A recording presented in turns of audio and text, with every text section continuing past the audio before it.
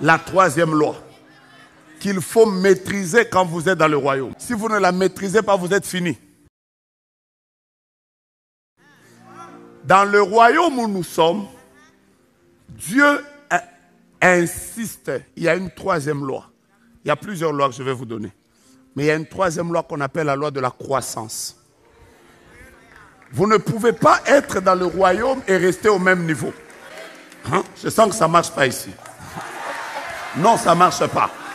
Bouge ton voisin, dis-lui voisin. Dans le royaume, si tu veux manifester la vraie vie, commence d'abord. 1. Aime le roi. 2. Consacre-toi à lui. 3. Tu dois avoir son image. Mais on parle de la quatrième chose. 4. Tu dois grandir. Tu ne peux pas être dans ce royaume et tu ne grandis pas. Voici ce qu'a dit notre Pépé. Dieu te fait entrer dans le royaume comme enfant. Mais tu ne dois pas rester enfant. À un moment, tu dois être doulos. Tu dois être serviteur. Mais à un moment, tu dois quitter la dimension de serviteur pour être ami. Dieu dit, je ne vous appelle plus serviteur, mais je vous appelle ami. Mais à un moment, tu dois sortir de la dimension d'ami pour entrer dans la dimension d'épouse. Dans le royaume, on doit grandir. On ne doit pas te trouver le même. Ça fait combien de semaines royales auxquelles tu as participé? Tu n'es qu'en train de prier. Tu as participé à combien de prières? C'est 72 heures de prière, tu étais là. 48 heures, tu étais là. Tu as participé à des prières et à des prières. Tu as entendu des enseignements et des enseignements. Tu as lu des livres et des livres. Maintenant, grandis. Maintenant, grandis. Quand vous lisez par exemple dans le psaume chapitre 92, quelque part il est écrit « Les justes croissent comme les palmiers. Plantés dans la maison de l'Éternel, ils grandissent comme les cèdres du Liban. » Il faut grandir. Dieu veut. C'est une loi du royaume. Il faut grandir.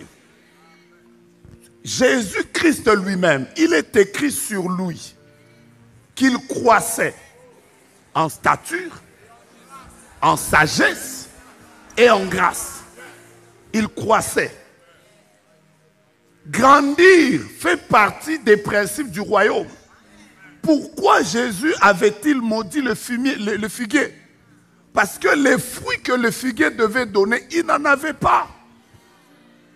La Bible déclare, tout arbre qui ne produit pas de fruits sera coupé et jeté au feu. Quel fruit tu produis après tes 10 ans dans la foi? Après tes 5 ans dans la foi? Après tes 15 ans dans la foi? Tu ne peux pas être le même pasteur produisant les mêmes résultats. Non!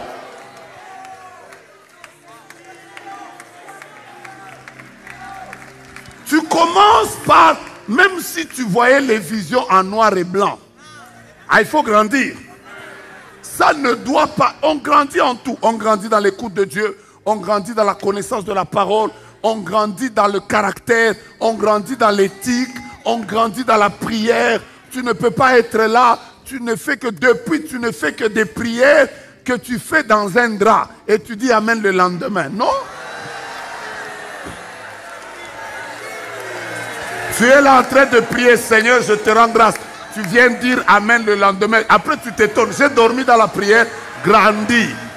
Tu dois être à mesure de prier, de chercher la face de Dieu, de jeûner. Tu dois être capable de rester longtemps dans sa présence. Tu dois monter dans l'autorité. Tu dois grandir. Et c'est la volonté de Dieu. Est-ce que vous voulez que je vous parle de Jésus?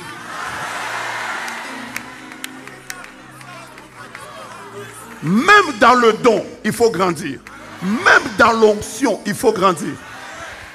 Pasteur, je vous parle de Jésus.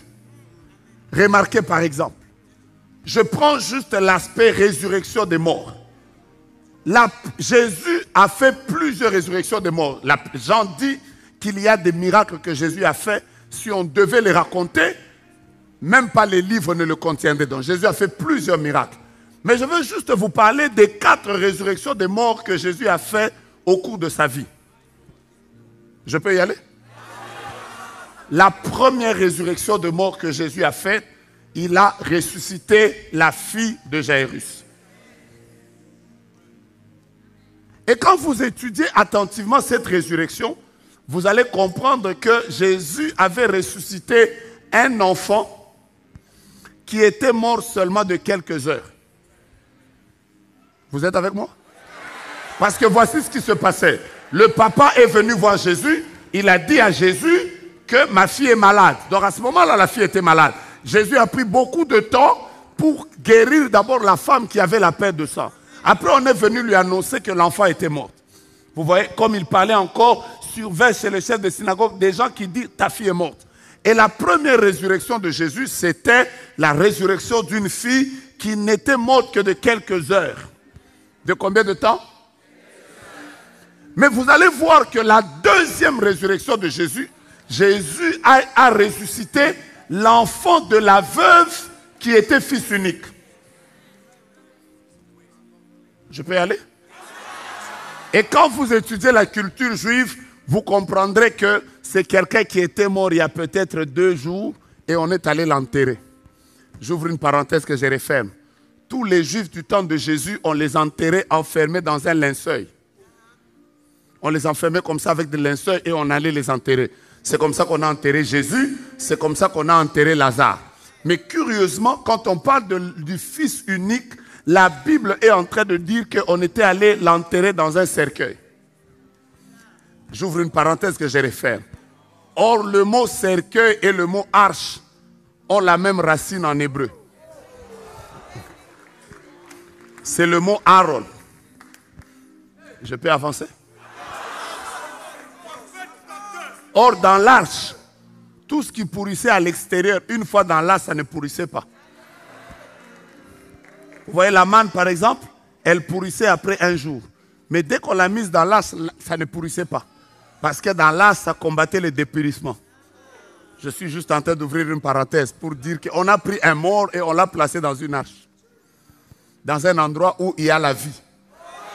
Je suis déjà en train de prophétiser. Que tu es venu ici malade, mais tu es quand même venu dans la présence de Dieu. Ce qui veut dire qu'en sortant de ce lieu, tu dois être guéri.